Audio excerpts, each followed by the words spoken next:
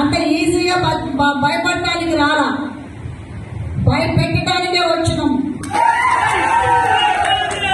మేము భయపడే పరిస్థితే లేదు. మేము ప్రాణాలకైనా సిద్ధమే, కానీ మా పాలకుర్తి ప్రజలను వదిలిపెట్టాం, పాలకుర్తిని వదిలిపెట్టాం, నీ భర్తం పడతాం.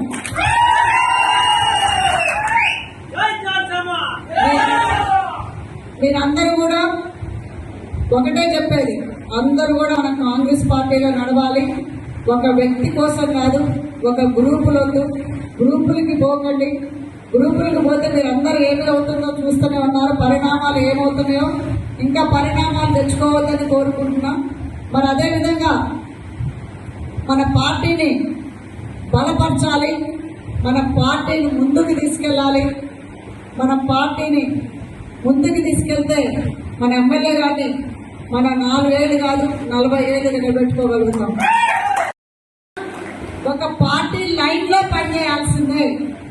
పార్టీకి ఎవడైనా కానీ, ఎంత పెద్ద నాయకుడైనా ఎంత చిన్న నాయకుడైనా కానీ, పార్టీ లైన్లో కనుక లేకపోతే మాత్రం ఊరుకునే సమస్య లేదు.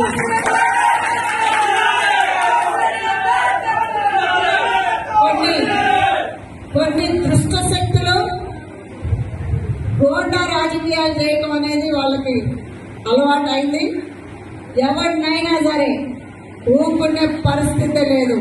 ఎంత పెద్ద గోండా అయినా మనం రాక్షసు పాలనే ఎన్నుకున్నాం. రాక్షసు పాలనలో నుంచే మనం కాపాడుకున్నాం మన పార్టీని. గోండాల రాజకీయాల నుంచి కాపాడుకోవడం పెద్ద సమస్య ఏమీ కాదు.